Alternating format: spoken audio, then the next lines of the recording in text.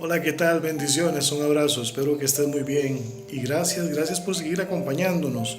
Hoy quiero hablar sobre un pasaje muy hermoso que hay en la palabra de Dios. En el Evangelio de San Juan, en el capítulo 13, Jesús anuncia la traición de Judas. Quiero leerles unos pasajes para ponernos en contexto y hablarles del tema que creo que es muy importante, a la mesa o en la mesa con la gracia más bien. Los 12 discípulos se sientan a la mesa con la gracia que es el mismo Jesucristo. Y vamos a leer para comentarles y para hablar del tema. En el versículo 21 dice, habiendo dicho Jesús esto, se conmovió en espíritu y declaró y dijo, de cierto os digo que uno de vosotros me va a entregar. Entonces los discípulos se miraban unos a otros, dudando de quién hablaba. Y uno de sus discípulos, al cual Jesús amaba, estaba recostado al lado de Jesús. A este, pues, hizo señas Simón Pedro para que preguntase quién era aquel de quien hablaba. Él entonces, recostado cerca del pecho de Jesús, le dijo, Señor, ¿quién es? Respondió Jesús, a quien yo diera el pan mojado, aquel es. Y mojando el pan, lo dio a Judas Iscariote, hijo de Simón, y después del bocado Satanás entró en él. Entonces Jesús le dijo, lo que vas a hacer, hazlo más pronto. Pero ninguno de los que estaban a la mesa entendió por qué Jesús le dijo. Porque algunos pensaban, puesto que Judas tenía la bolsa, que Jesús le decía, compra lo que necesitamos para la fiesta o que diese algo a los pobres. Cuando él, pues, hubo tomado el bocado, luego salió y era ya de noche. Tres personajes aparecen en esta escena: Judas, Pedro y Juan. Judas no entendió nunca la gracia. Judas no entendió que Jesús era la misma gracia de Dios, que Él era la salvación. Judas vio a Jesús nunca como el Hijo de Dios, sino como un revolucionario. Él pensaba que Jesús iba a libertar de otra forma. Y Jesús le ofrece a Judas la salvación igual que a todos. Jesús le dice amigo a Judas. Jesús lo invita aún a la misma cena. ¿Cuántos de nosotros, sabiendo que alguien nos va a traicionar, podríamos invitar a ese traidor a sentarnos a la mesa? En la costumbre, en la cultura judaica, mojar el pan y dárselo a una persona en una cena como anfitrión era un privilegio, era un honor. Y Jesús le dice a Judas, haga lo que haga, arrepiéntase. La salvación es para usted también, pero Judas no. Judas, en lugar de correr a la cruz arrepentido, corrió hacia un árbol y se quitó la vida con remordimiento, que es muy diferente al arrepentimiento genuino. Judas no entendió la gracia. Judas no sabía quién era el que estaba al frente de él. No lo reconoció, no lo recibió, no lo aceptó. Y muchas veces nosotros somos como Judas. Muchas veces vemos a Judas como lo peor, como lo más feo que puede haber, pero cuántas veces, amigo, amiga, nosotros no hemos traicionado a Jesús por menos de 30 piezas, por un ratito de placer, una mentira, un engaño, una traición, una crítica, un chisme. ¿Cuántas veces nosotros no traicionamos a Jesús? De muchas formas y de muchas maneras. Y es que Jesús lo dijo muy claro en el Sermón del Monte. Muchas veces decimos, yo sería incapaz de tal cosa, pero somos capaces de muchas cosas si la situación se puede dar. Por eso lo importante de reconocer a la gracia, por eso lo importante de estar siempre humillado a los pies de Jesús, lo importante de correr a la cruz, de estar sentado ahí a la cruz. Hay otro personaje importantísimo en esta escena y es Pedro. Pedro estaba sentado a la mesa con la gracia, pero él también se equivocó. Pedro también traicionó a Jesús. Pedro huye y niega a Jesús 3 veces. Pedro no entiende tampoco. Me encanta en el Evangelio de San Juan, en el capítulo 21, se da una conversación hermosa entre Jesús y Pedro. Es una de las conversaciones más hermosas para mí en la Biblia. Cuando Jesús le dice a Pedro: Pedro, ¿me amas? Jesús se hizo hombre, se humilló a sí mismo y se hizo hombre para morir por nosotros. Murió en la cruz, y aún después de que murió en la cruz fue a buscar a sus discípulos. Y cuando los encuentra en la barca, les grita hijitos. No les dice traidores, no llega a juzgarlos, no, les dice hijitos. Y a Pedro le vuelve a hacer el mismo milagro que le hizo cuando Pedro lo conoció.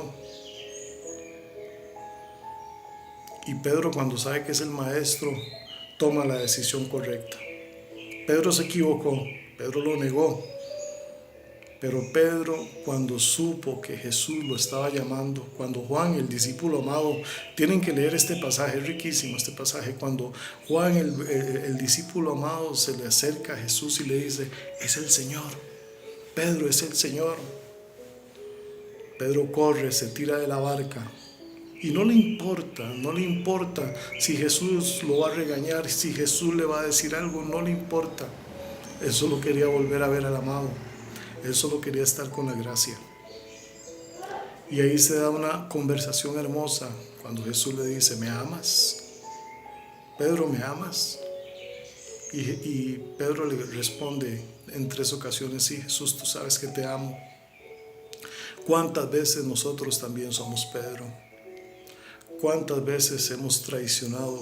¿Cuántas veces hemos negado al Señor? ¿Cuántas veces lo hemos dejado en espera por alguna situación? ¿Cuántas veces Él se ha quedado esperando? Él anhela y desea conversar y estar con nosotros.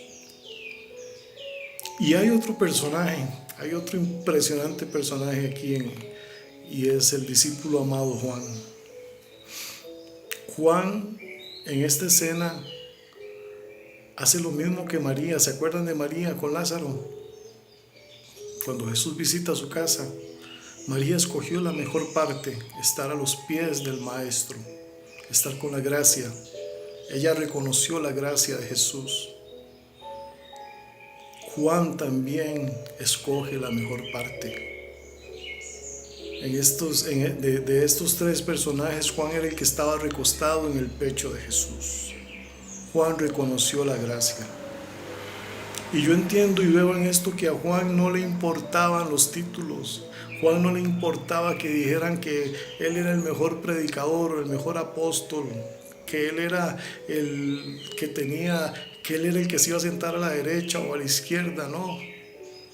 Si un título quería Juan en ese momento, era el de saberse o el de ser el discípulo amado. Y no es que Jesús amara más a Juan que a los otros. La diferencia fue Juan. Juan entendió, Juan recibió, Juan aceptó la gracia. Juan supo de qué se trataba. Se trataba de ser el amado de Jesús. Se trataba de amar a Jesús con todas sus fuerzas hasta donde diera. De eso se trata. De eso se trata la gracia. Jesús es la gracia de Dios. Él es el que nos ama. Él es el que nos mira. Él es el que nos cuida con amor. Juan entendió. A veces somos Judas, a veces somos Pedro, pero a veces somos Juan. Tratemos siempre de ser Juan. Tratemos siempre de buscar la gracia del Señor. Aquel ladrón estaba a la par de Jesús y entendió que Él era la única oportunidad de salvación en su vida. Y hago la aclaración de que la gracia no es una licencia para pecar. La gracia no es voy y peco y me arrepiento y vuelvo. No, la gracia es entender que cuando amas a Jesús, esa gracia vas a cuidarla, vas a amarla, vas a respetarla, vas a amar lo que ama el Padre, vas a apasionarte por lo que Dios se apasiona, vas a aborrecer el pecado y vas a amar la santidad.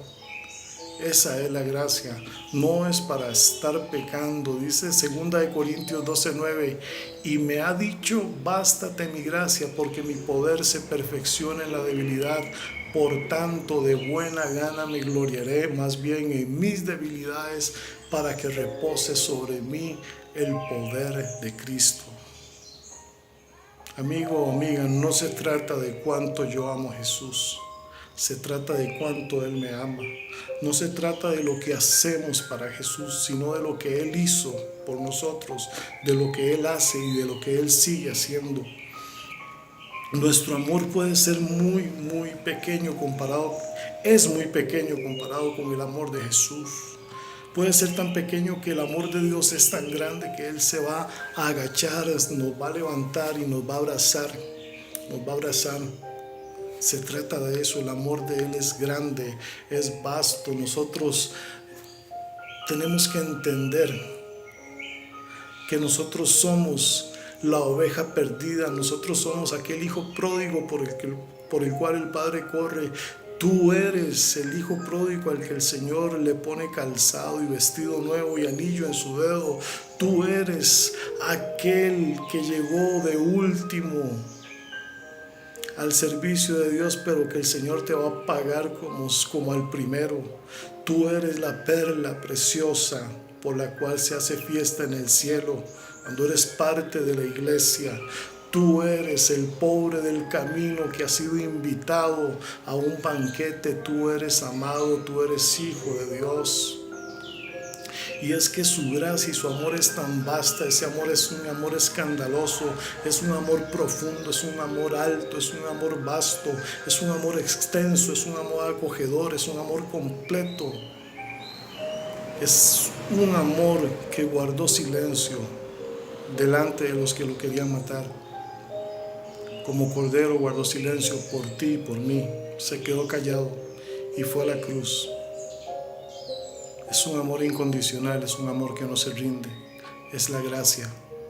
Tenemos que entender, no tenemos más que entenderla, es recibirla, es aceptarla. Muchas veces no vamos a poder entender tanta gracia, tanto amor. Quiero despedirme y dejarlos con este versículo.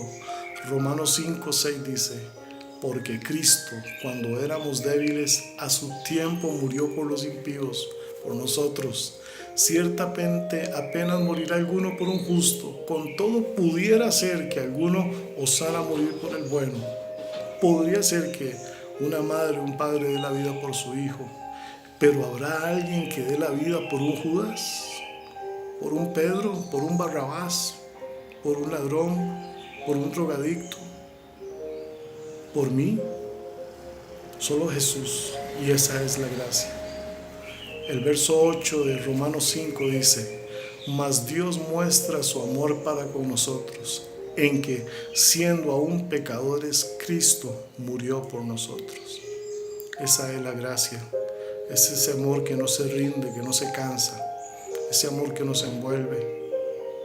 No es con nuestras fuerzas, no es con nuestras habilidades, ni con nuestros estudios, ni con nuestro intelecto. Es su gracia, y su gracia es suficiente. Jesucristo es suficiente, Él es todo. Él es suficiente. Te bendigo y te mando un abrazo y espero que nos veamos muy pronto. Gracias, bendiciones.